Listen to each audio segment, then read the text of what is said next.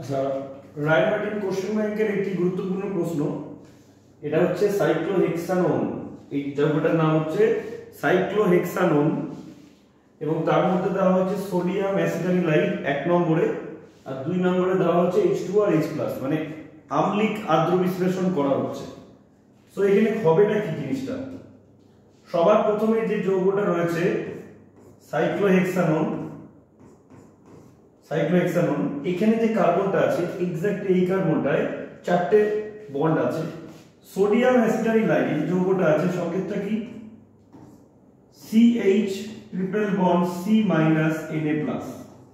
এটাকে বলা হয় সোডিয়াম অ্যাসিটাইলাইট।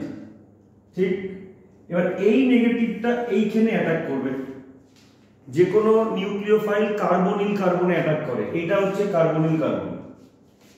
তাহলে দেখো এখানে যে কার্বনটা আছে 4টে হাত ছিল, এই ডবল বন্ডটা খুলে অক্সিজেনের মাথায় পড়বে, জিনিসটা দেখতে কেমন হবে, সাইক্লোহেক্সেন এখানে আঁকবো, অক্সিজেনের মাথায় মাইনাস পড়ছে, দেখো ডবল বন্ডটা ভেঙে যাচ্ছে, আর এই Na+টা অক্সিজেনের সঙ্গে এসে থাকবে, কার্বনের নেগেটিভ দিয়ে অ্যাটাক হয়েছে, এই জায়গাটা থাকবে C ট্রিপল বন্ডে CH।